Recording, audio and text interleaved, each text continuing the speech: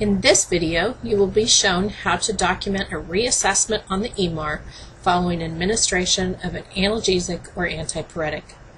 To access your patient from the virtual chart, go to the Pharmacy tab, select on the 24-hour EMR,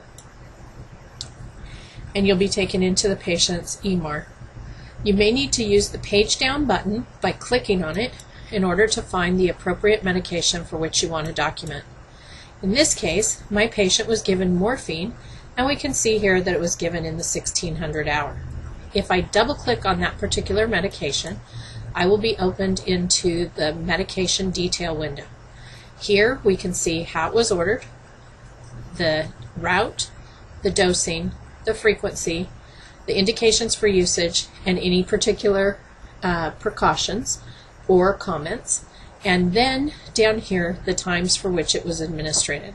So, for example, the last administration was done at 16:15 today. Before we talk about how to do the documentation of the reassessment, let's talk about what's expected and the normal standards. Our policy requires that you do a documentation and reassessment no later than an hour after the medication is given. So in this case, since the medication was given at 16:15, we would need to do an assessment, a reassessment, no later than 17:15 today and document that. Now that is what's required by the policy. But in order to meet our patient satisfaction standards, we need to do what's best for the patient. And the best practice is to document and reassess our patient when the medication's at its peak effect. For medications that are given via the IV push or IV administration route, we need to do our documentation within about 15 minutes after the administration. For routes that include IM, sub-Q, rectal, and sublingual, we should do our reassessment about 30 minutes after the administration. And for patients receiving medication via the PO route, you should reassess within 45 minutes to an hour after the administration. So although the policy is more lenient and allows you a maximum of an hour, please follow the best practice standards so that you can keep your patient from being in pain longer than is absolutely necessary. In this case, now that I'm ready to document my reassessment, I select the time that I want to do the reassessment for and slide over to the plus sign. When you click on that plus sign, it will open up another window. Again, it will show you the time that the medication was reassessed.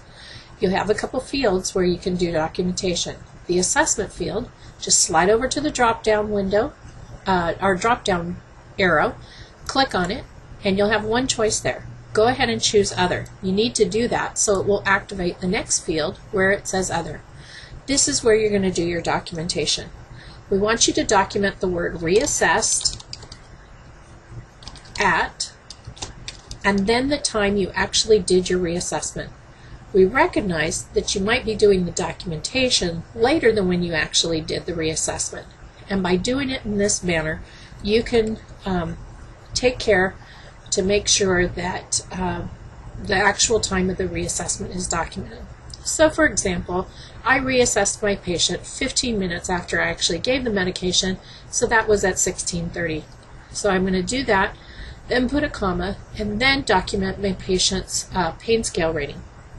If your patient can use the verbal rating, maybe they said that their pain was 2 out of 10, so just document a 2/10.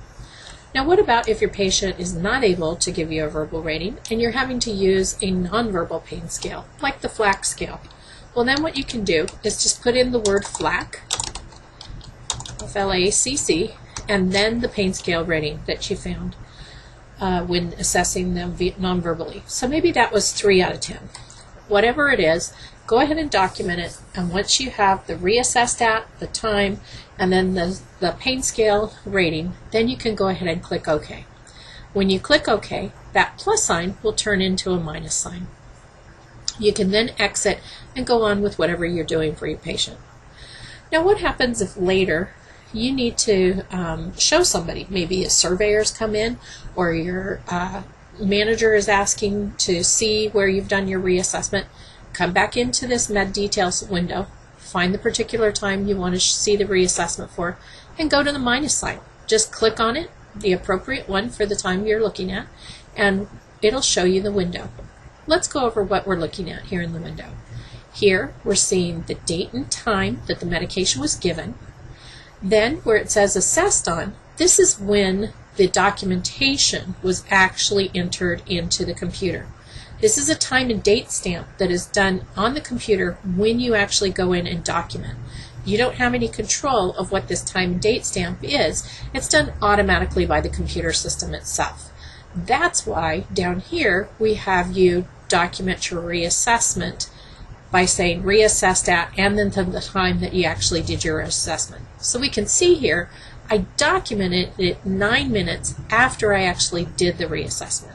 So I gave the medication at 16:15, I reassessed at 16:30, but I actually entered the documentation into the system at 16:39.